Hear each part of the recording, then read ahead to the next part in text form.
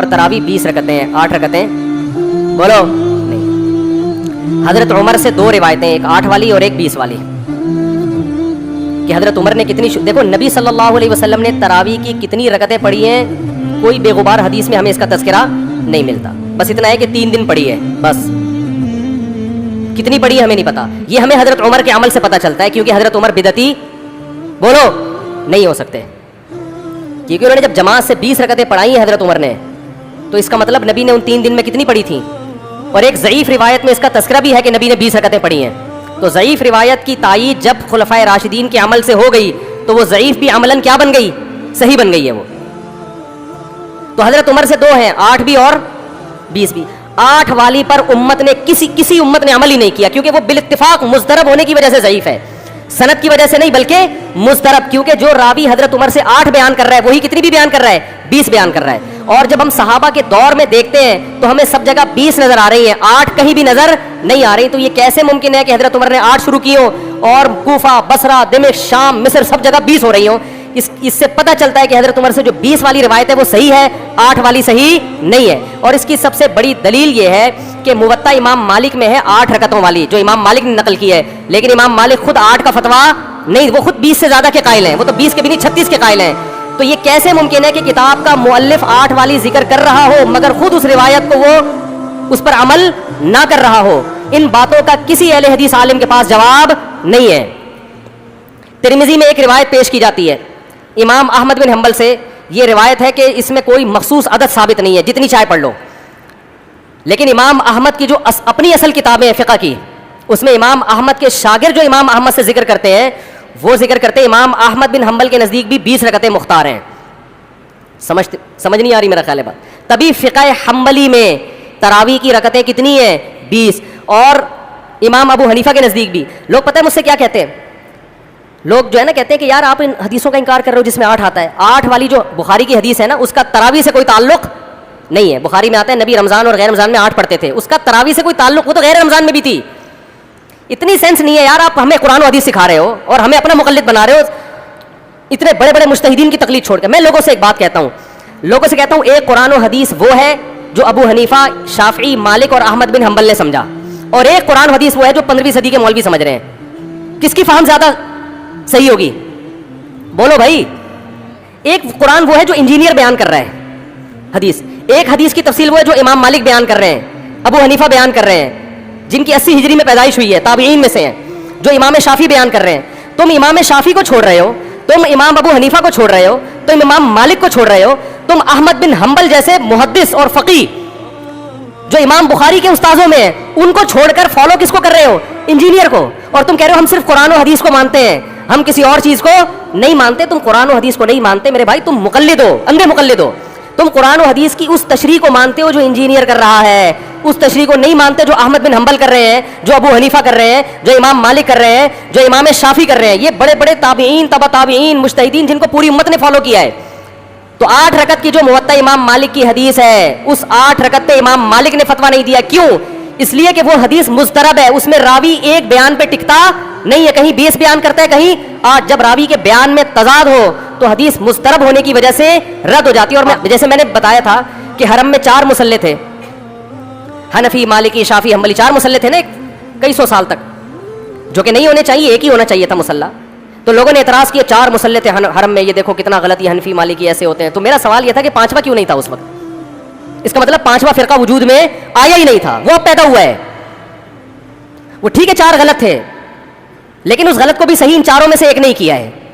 سمجھ رہے ہیں کہ نہیں بھائی ایک امام ہونا چاہیے, 4 الگ الگ جماعتیں نہیں ہونی چاہیے. لیکن اس کا مطلب 700 سال تک امت یہ سمجھتی رہی کہ اہل سنت والجماعت کے 4 نمائندے ہیں, 4 مکتب فکر, 5واں کوئی تھا ہی نہیں, لہذا اس کا کوئی مصلہ تھا ہی نہیں. تو سوال یہ تھا, لیکن جب سوال یہ پوچھا جائے تو ایسے جواب ملتا ہے کہ وہ سوال ہی پی جاتے ہیں.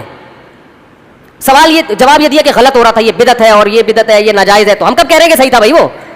لیکن یہ پوری دنیا میں نہیں ہو رہا تھا, یہ صرف حرم میں ہو رہا تھا. اور اس کو ختم بھی حنبلیوں نے کیا ہے کہ نہیں جی امام ایک ہونا چاہیے, سارے چاہے حنفی ہو شافعی ہو اس امام کے پیچھے نماز پڑھیں گے. سمجھ میں آ رہی ہے بات کہ نہیں آ رہی؟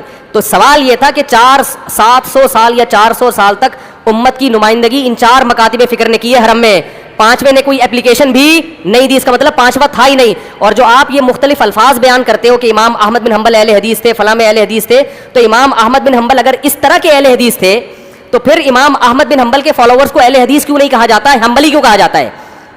نہیں آ رہی بات میرا خیال. یہ ایسے ہی ہے جیسے جماعت المسلمین والے کہتے ہیں کہ ہم نبی کے دور سے ہیں, اور پھر بخاری میں دکھاتے ہیں جماعت المسلمین کے الفاظ. او بھائی یہ والی جماعت المسلمین نہیں تھی, یہ تو باقاعدہ آپ نے رجسٹر کروائی ہے 1975 میں. وہ جماعت المسلمین صحابہ کو جماعت المسلمین کہا گیا ہے. تو یہ جو اہل حدیث کا لفظ ہمیں پرانے وقتوں میں ملتا ہے, یہ محدثین کے لیے ملتا ہے, یہ کسی مخصوص فرقے کے لیے نہیں ملتا. پھر بھی میں اہل حدیث کو اہل سنت میں داخل سمجھتا ہوں, میں پھر بھی ان کو نہیں کہتا کہ جہنم میں جائیں گے, لیکن میں کہتا ہوں کہ آپ کم از کم اس چند سو سال پہلے آپ پیدا ہوئے ہیں, آپ کی جماعت وجود میں آئی, ہم پھر بھی آپ کو گلے لگانے کے لیے تیار ہیں, اور ہم صدیوں سے چلے آ رہے ہیں, آپ ہمیں کیا کر رہے ہو, آپ ہمیں گمراہ لوگوں میں داخل کر رہے ہو. تو اسلام بہت پہلے بر صغیر میں آیا ہے, جس شکل میں آیا وہی شکل ٹھیک ہے, بات کی چیزوں پر اعتماد نہیں ہوتا ہمیں. تو میں ایک بات کر کے بیان کو ختم کرتا ہوں, یہ جو 8 کا لفظ ہے نا, تراویح کا لفظ ہے, یہ 8 رکعتوں پر صادق بولو نہیں آتا. بہقی کی حدیث ہے اور بھی روایتیں اس بارے میں کہ اسلاف جب تراویح کی نماز پڑھا کرتے تھے, اسلاف سے مراد صحابہ تابعین, تو 4 رکعتوں کے بعد آرام کیا کرتے تھے. تو اس لیے 4 رکعت کو ترویحہ کہا گیا. کیا کہا گیا؟ ترویحہ. روح سے نکلا ہے روح. استراحت کا لفظ سنا ہے آپ لوگوں نے؟ آرام. استراحت کسے کہتے ہیں؟ آرام. ترویح آرام دینا. راحت, راحت کا لفظ تو اور آسان ہے نا. ارے راحت کا لفظ نہیں سنا؟ راحت کسے کہتے ہیں؟ آپ کہہ رہے ہیں وہ اسے کہتے ہیں, ہمارے محلے میں رہتی ہے. راحت کہتے ہیں آرام, ریسٹ. استراحت, راحت. روح یروح ترویحا, باب تفعیل میں جب جاتا ہے آرام دینا. تو ترویحتن, کیونکہ 4 رکعتوں کے بعد آرام کرتے تھے, تو ان 4 رکعتوں کو کیا کہا گیا؟ ایک ترویحہ, یعنی ریسٹ ہے اس کے بعد. اب ترویحہ کا جو لفظ ہے نا, 4 رکعتوں کے بعد کیا ہو رہا ہے؟ ریسٹ. اٹ از کالڈ ترویحہ. سب کو پتہ ہے 4 رکعتوں کو ترویحہ کہتے ہیں. 2 ترویحوں کو عربی میں کہیں گے ترویحتان. کیا کہیں گے؟ جیسے رجل کا معنی ایک آدمی, رجلان 2 آدمی.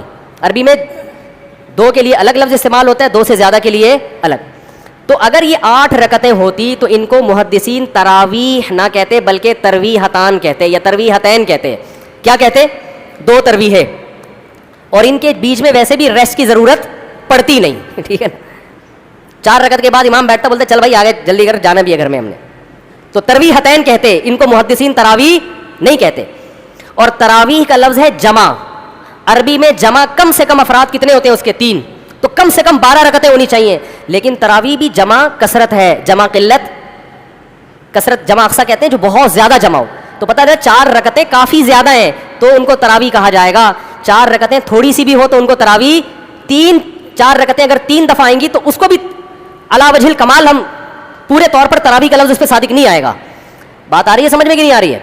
سمجھ میں سب آ رہی ہے, لیکن گھننے بن جاتے ہیں, گھماتے ہیں. اب دیکھیں نا یوٹیوب پہ اس کا جو بیان آئے گا نا, اس میں گھمایا ہوا ہوگا, اس میں گھمایا. یہ اپنی طرف سے نکالا ہوا ہے, اپنی طرف سے نہیں بھائی, بہقی کی حدیث ہے, مصنف ابن ابی شیبہ کی روایتیں ہیں, آپ دیکھ لو. اس میں لوگ کہتے ہیں حوالہ کیوں نہیں دیا مفتی صاحب نے. آپ انکار کرو, میں حوالہ دوں گا انشاءاللہ.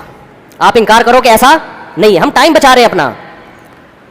وہ مجھے کہہ رہے تھے نا اس بحث میں کہ مفتی صاحب آپ دلیل دو, جو دعویٰ کرے دلیل اس کے ذمہ ہے. میں نے کہا دلیل اس کے ذمہ اس وقت ہے جب سامنے والے دعوے کا انکار کرے. میں نے ستار بھائی کو میں نے کہا کہ ستار بھائی تم نے 1 لاکھ روپے لیے ہیں. ستار بھائی کہہ رہے ہیں نہیں, ہاں لیے ہیں. تو مجھے کیا ضرورت ہے میں گواہ پیش کروں کہ دلیل دوں؟ وہ مان رہا ہے. تو یہ سب مانتے ہیں. یہ تو علماء جس نے بھی حدیث کی کتابیں پڑھی ان کو پتہ ہے کہ ترویح کا لفظ اس لیے لکھا ہوا ہے اس میں. تو اسلاف سے مسجد نبوی میں, حرم میں ایک رمضان بھی ایسا نہیں گزرا جب سے حضرت عمر نے 20 رکعتیں شروع کرائی ہیں کہ 20 رکعت سے 1 رکعت بھی کم ہوئی. زیادہ تو ہوئی ہیں, کم بولو نہیں ہوئی ہیں. 1 رکعت. امت اتنی بڑی گمراہی پر 1400 سال سے جمع ہو گئی.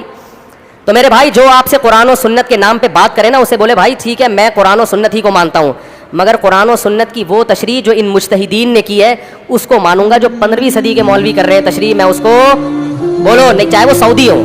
لوگ کہتے ہیں سعودی عرب میں 8 رکعتیں ہر جگہ ہو رہی ہیں. سعودی عرب میں آج ہو رہی ہیں, 100 سال پہلے کے سعودی عرب میں 8 رکعتیں کہیں بھی نہیں ہوتی تھی. تو یہ کچھ سعودیوں کا کلمہ تھوڑی ہم نے پڑھا ہے کہ جو سعودی عرب میں تو بہت سے لوگوں کی داڑیاں نہیں ہوتی. تو کیا مطلب داڑھی کا انکار کر دو گے آپ؟ تو ہم نے فالو کرنا ہے امام مالک کو, امام احمد بن حنبل کو, امام شافعی کو. یہ بڑے بڑے محدثین تھے, مجتہدین تھے. خلفائے راشدین کو, خلفائے راشدین کے دور میں کوئی ایک روایت دکھا دو 8 رکعتوں والی, کوئی ایک روایت. ہاں جو حضرت عمر سے موطا میں منقول ہے اس کا جواب میں نے دے دیا. اس کے علاوہ کہیں دکھا دو کہ بصرہ میں، کوفہ میں، دمشق میں، صحابہ تابعین کے دور میں رمضان میں 8 رکعتوں سے جماعت سے نماز کسی نے پڑھی ہو، تو نہیں ہے کچھ بھی اس میں. تو اس لیے جو طریقہ صدیوں سے تواتر کے ساتھ چلا آ رہا ہے وہ کتنی رکعتوں کا ہے؟ 20 رکعتوں کا. تو اسی کو فالو کرنا.